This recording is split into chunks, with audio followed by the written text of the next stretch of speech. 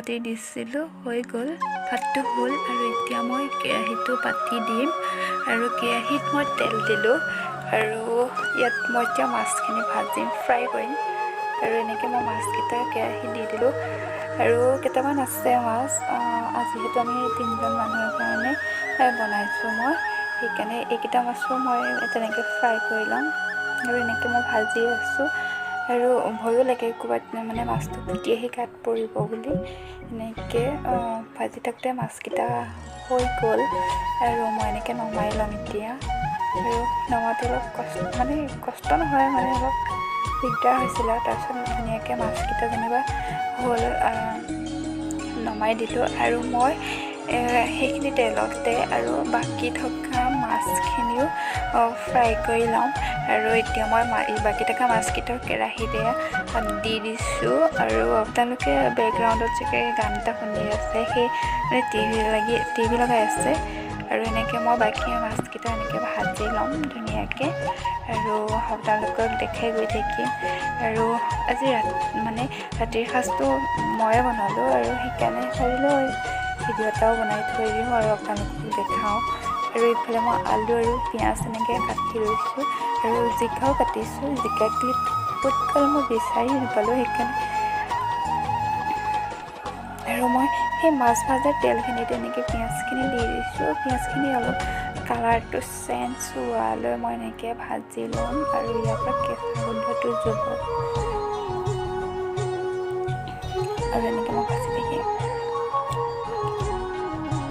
আৰু মই ল' ফ্লেমত ভাজিছোঁ, নহ'লে বেছিকৈ হাই ফ্লেমত দিলে জ্বলি যোৱা চান্স থাকে ন, সেইকাৰণে মই এনেকৈ ভাজি লৈ ইয়াতে আলুখিনি এড কৰি দিম।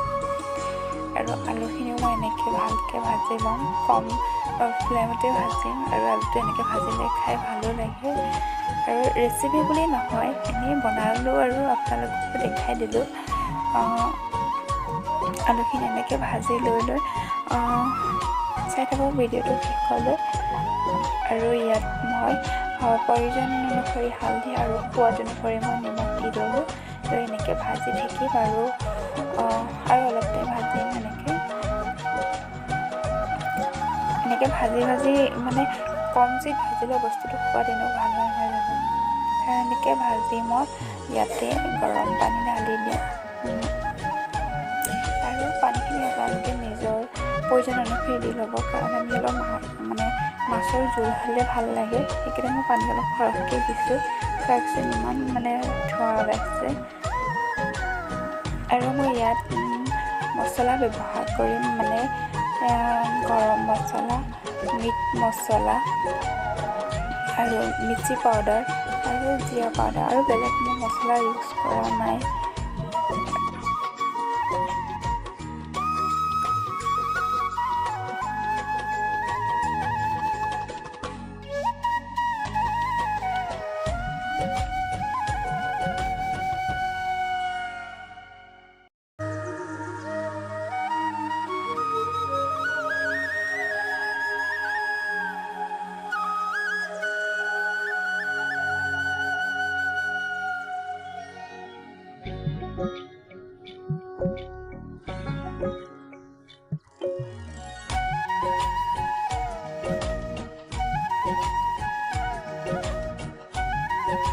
আৰু মই এনেকৈ অলপ ভালকৈ লৰাই পেলাই ইয়াতে মাছখিনি দি দিলোঁ। A few moments later. Almost মোৰ মাছৰ আঞ্জা ৰেডি হৈ গ'ল। আৰু খোৱাবটোনো কি দেখাই থাকিম, সেইটো নেদেখাওঁ আৰু আপোনালোকক।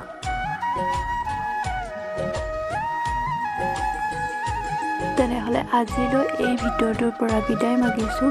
আকৌ লগ পাম নেক্সট এটা ভিডিঅ'ত। শেষত এটা কথাই ক'ম, আপোনালোক সকলো ভালে থাকক, সুস্থ থাকক।